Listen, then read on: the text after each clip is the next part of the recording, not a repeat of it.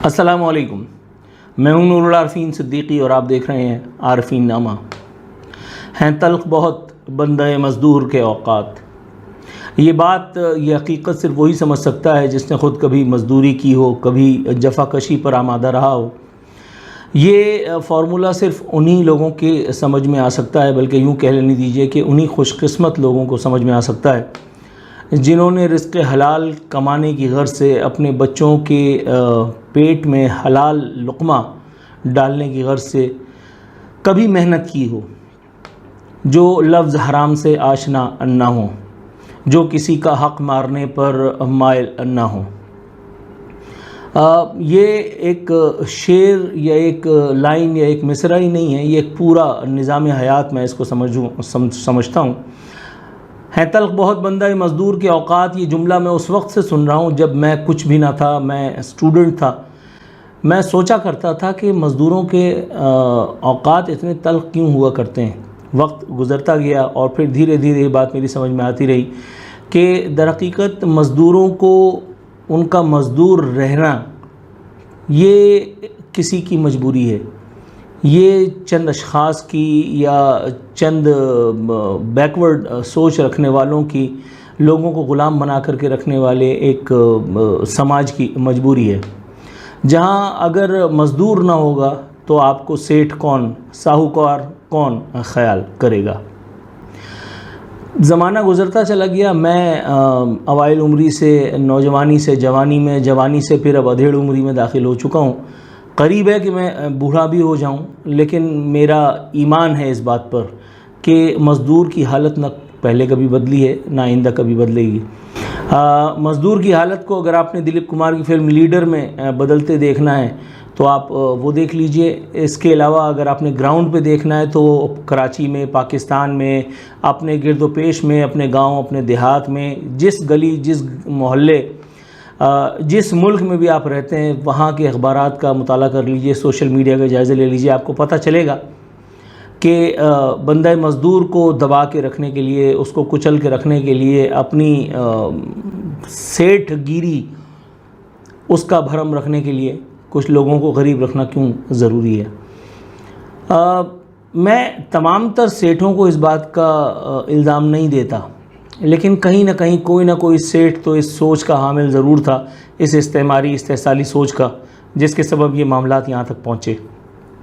بندہ مزدور کے اوقات تو نہ بدلے، ہاں مزدوروں کے نام پر سیاست کرنے والے افراد، تنظیموں، انجمنوں کی حالتیں ضرور بدلتی چلی گئیں، اور اس میں قصور صرف ان کا نہیں گردانتا میں، اس میں ان تمام بھیڑ بکریوں کو جن کا نام مزدور، جن کا نام عوام، جن کا نام جمہور، آپ کچھ بھی کہہ لیں، اس میں ان کی دیدہ و دانستہ یا فکری بے حسی یا بے بسی جس کو وہ کہتے ہیں، جس کو وہ پروموٹ کرتے ہیں، اس کا بھی قصور اتنا ہی ہے جتنا شاید ظالموں کے ظلم کا۔ ایک ارشاد مجھے ذہن میں آ رہا ہے حضرت عمر فاروق رضی اللہ تعالیٰ عنہ کا، اللہ تعالیٰ کمی بیشی معاف فرمائے۔ کانٹینٹ اس کا شاید کچھ آگے پیچھے ہو سکتا ہے، اس سے آپ صرف نظر فرمائیے گا، مگر اس کا باٹم لائن یہ ہے کہ ظالم کے ظلم پہ چپ رہ کر کے آپ اس کے ظلم کو اور بڑھاوا دیتے ہو، آپ اس کی اور مدد کرتے ہو۔ تو یہاں کسی نے کبھی کوشش ہی نہیں کی، انڈو پاک کی اگر آپ بات کریں، آپ پاکستان اور بھارت کی بات کریں، تو یہاں کبھی کسی نے کوشش ہی نہیں کی۔ یہاں دن رات، مہینے، سال، شب و روز بدلتے چلے گئے، بندہ مزدور کے اوقات بدلے، نہ ان کی حالت بدلی، نہ ان کے بچے اچھے بڑے نامچین انسٹیٹیوشنز کا جو ہے وہ کبھی حصہ ہی بن پائے، نہ وہ کبھی اس روزانہ جینے اور مرنے کی کشاکش سے باہر نکل پائے۔ آج کے دور میں اگر ہم بات کریں تب تو میں سمجھتا ہوں یہ زندگی کا وہ سب سے ٹفسٹ ٹائم اور پیریڈ ہے جو میں دیکھ رہا ہوں اپنی دانست میں۔ آئی مے بی کمپلیٹلی رانگ، ہو سکتا ہے آپ لوگوں کا مشاہدہ کچھ اور ہو، تجربہ کچھ اور ہو، لیکن میں نے اپنی دانست میں اتنی زیادہ جس کو کہتے ہیں کہ تنگی، وہ کبھی نہیں نوٹس کی اپنے گرد و پیش میں، آس پاس، جس سے خود کبھی کبھی مجھے بھی گھبراہٹ اور جھنجھلاہٹ ہونے لگتی ہے۔ مطلب پہلے کبھی کہا جاتا تھا کہ پہلے کوئی امیر آدمی اپنی امارت کے حساب سے پریشان ہے، اور غریب آدمی ظاہر ہے اپنی غربت کی وجہ سے، لیکن آج میں محسوس کرتا ہوں کہ ایک امیر اور ایک غریب دونوں ایک ساتھ پریشان ہیں۔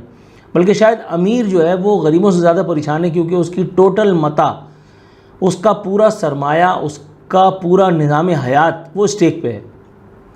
یعنی غضب خدا کا معاملات اب یہ ہیں کہ وہ پیٹرول جو کبھی ہمیں 50 روپے میں ملتا تھا، کبھی ہمیں 100 روپے میں ملتا تھا، مجھے اچھی طرح یاد ہے، میں نے بے وقوفی میں، آج میں اسے بے وقوفی کہتا ہوں، اس وقت تو میں اپنے ایک مشن پہ تھا، ایک نظریے پہ تھا، اس لیے مجھے احساس نہیں ہوا۔ میں نے محض 50 روپے بڑھانے کی جب سمری جس کمپنی میں میں میڈیا ایڈوائزر تھا وہاں پیش ہوئی، تو میں نے جو ہے وہ تنگ آ کر کے اور گھر کی راہ لی۔ میں نے کہا مارکیٹ میں آگ لگ جائے گی، لوگ بے گھر ہو جائیں گے، یہاں تو مطلب لوگ ایک دوسرے کے بچے کھانے لگیں گے۔ لیکن یہ میرا جہل تھا، 25 سال کی عمر میں اور کیا جو ہے وہ بھنڈ مار سکتا تھا جو مارتا، اور تو میں ریزائن کر کے گھر پہ آ گیا، اور اس کے بعد پھر اچھا بھلا کارپوریٹ مینیجر 1.5 سال تک بے روزگار رہا۔ اس کے بعد 5000 روپے پر ایپیسوڈ اسکرپٹ لکھنے سے میں نے میڈیا کے شعبے میں اپنی دوبارہ کریئر کا آغاز کیا۔ تو ثابت یہ ہوا کہ غریب چاہے اس وقت کا ہو، وہ اس وقت بھی مفلس تھا، لاچار تھا، بے بس تھا، یا اپنے آپ کو بتاتا تھا، اور آج بھی سلسلہ بالکل ایسے ہی ہے۔ وہ لوگ جو میرے ریزائن کرنے پر ان کا کچھ نہیں بگڑا، ان کو تحریک نہیں ملی، وہ کل بھی چپ تھے اور وہ آج بھی چپ ہیں۔ تو معاملات تو وہیں کے وہیں ہیں، چپ کل بھی تھی مجرمانہ غفلت، اور آج بھی ہے۔ آج صرف یہ ہے کہ پیٹرول کے ریٹ جو ہیں وہ 100 روپے یا 150 روپے نہیں ہیں، آج وہ 400 روپے پہنچ چکے ہیں۔ جی، ہم سوچتے تھے، کسی ایک وقت میں گفتگو کیا کرتے تھے کہ کبھی کوئی ایسا دور آئے گا کہ پیٹرول بھی 400-500 روپے ملے گا۔ 400 روپے تو پیٹرول یہ رکھا ہے حضور، اور کوئی گمان نہیں، کوئی مطلب اس میں نہیں سمجھتا کہ مذائقہ ہوگا۔ آنے والے کچھ دنوں میں یا کچھ ہفتوں میں یہ پیٹرول کی پرائسز 500 بھی پہنچ جائیں گی۔ ٹھیک ہے، اس سے ایک وقت میں جنگ کا معاملہ ہے، اور بہت سارے عوامل بھی اس کے پیچھے کار فرما ہو سکتے ہیں، محرکات ہیں یقیناً، جو میں خود بھی جانتا ہوں۔ لیکن بندہ مزدور کے بارے میں جب ہم سوچتے ہیں، وہ ایک آدمی جس کے گھر کا کل خرچہ پر ڈے 1000 روپے ہے، جو بیچارہ مزدوری کر کے 1000 روپے لے کر کے آتا ہے، اس کے 2 یا 3 بچے ہیں، اس کی ایک بیوی ہے، بوڑھی ماں یا بوڑھا باپ یا دونوں موجود ہیں، اگر کسی کی دوا اس کو شام کو لے کر کے آنی ہے، وہ 1000 روپے میں ہانڈی بنائے گا ان لوگوں کے پیٹ بھرنے کے لیے یا بیمار کا علاج کرائے گا۔ ایک او پی ڈی کے لیے اگر آپ اسپتالوں میں جاتے ہیں تو وہ 1000 روپے سے نیچے کی اب نہیں ہے۔ میں عام اسپتالوں کی بات کر رہا ہوں، ایوریج اسپتالوں کی۔ گلی محلے کے اسپتالوں کی اگر آپ بات کر لیں تو وہ بھی 500 روپے تو ہنس کھیل کر کے آپ سے لے لیتے ہیں، کوئی لال والا شربت آپ کو دینے کے لیے۔ تو اس ایک دور میں اپنی کہتے ہیں سفید پوشی کا بھرم رکھنا جتنا دشوار، جتنا دوبر ہو چکا ہے، اس سے پہلے کبھی بھی نہیں تھا۔ بہت عجیب سی بات شاید میں کرنے کے لیے جا رہا ہوں، کسی کو سمجھ میں آئے یا کسی کو نہ آئے، لیکن اے خاصان رسول، وقت دعا ہے، اب وقت دعا ہے، اب جانماز بچھانے کا ٹائم ہے، اب صحیح معنوں میں رجوع اللہ کا ٹائم ہے۔ کوئی اور نہیں مگر میرا اللہ ہی مدد کرنے پر قادر ہے۔ کوئی نظام نہیں، کوئی حکومت نہیں، کوئی پولیٹیکل پارٹی نہیں، کوئی مسیحا نہیں، مگر میرا اللہ۔ ضرورت اس بات کی ہے کہ ہم اپنے آپ کو اللہ رب العزت کی طرف حقیقی معنوں میں اس کی تعلیمات کی طرف گامزن کر کے نبی کریم صلی اللہ علیہ وسلم کی فرمودات عالیہ پر عمل پیرا حقیقی معنوں میں ہو کر کے اور اللہ سے اپنی لو لگائیں۔ یہ اللہ ہی تو تھا جو بدر میں مدد کے لیے آیا تھا، 313 ہزاروں پہ کیسے فاتح ہو گئے؟ یہ اللہ ہی تو تھا جس نے بنیان المرصوص میں جو ہے وہ پاکستان کو اتنی عظیم الشان فتح عنایت فرما دی۔ لاجک کہاں ہے اس میں لاجک کیسے کار فرما ہو سکتی ہے؟ اس میں تو رب کی ربوبیت ہے، اس میں تو دست قدرت ہے، اور بے شک اللہ ہی عالم الغیب ہے، اس کو پتہ ہے کہ دیوار کے پیچھے کیا ہو رہا ہے۔ ہمیں تو صرف پکارنا ہے اس کو صدق کے دل سے۔ تو کیا اب بھی بندہ مزدور کو اتنی فرصت نہیں کہ وہ اللہ رب العزت کو پکارنے کی صحیح فرمائے؟ اور یقین کر لیجئے کہ یہ صحیح ناکام ہرگز نہیں ہونے والی۔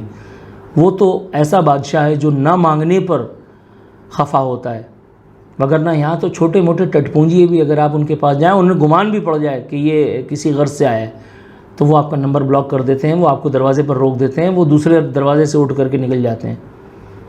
لیکن صرف اللہ رب العزت کی ذات ہی ہے کہ جو میرے اور آپ کا اس ایک مشکل کی گھڑی میں ساتھ دے سکتی ہے، اگر ہم اللہ رب العزت کی طرف دوڑ لگائیں۔ تو کیا اب یہ وقت آن نہیں پہنچا میں ایک سوال چھوڑے جا رہا ہوں، جواب آپ خود تلاش کیجیے۔ فی امان اللہ۔